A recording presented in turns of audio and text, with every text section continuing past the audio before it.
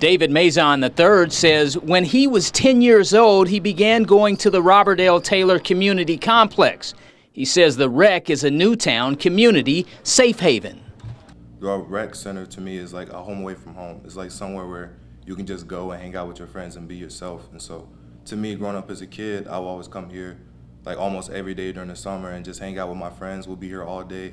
And it was definitely a way for us to like keep our minds away from doing stuff that are negative and like will get us into trouble and doing stuff that will get us into trouble.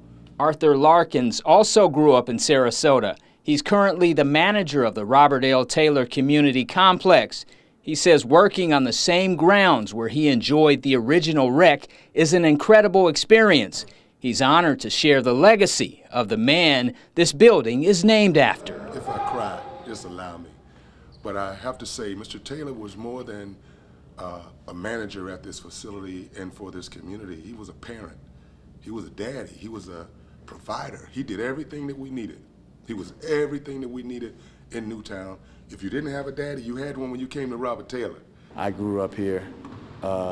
This was a safe haven for a lot of us kids when we were growing up. Parents could bring their children here, you know, and drop them off for the day and not have to worry about their safety. Kids could literally walk, you know, from their, you know, respective neighborhoods or, you know, neighborhoods that were close to here. Robert L. Taylor is like a second home. It's somewhere I've been going for years, since 7th grade in middle school. It's like been a place for where me and my friends growing up, we could just come and just have fun and be safe.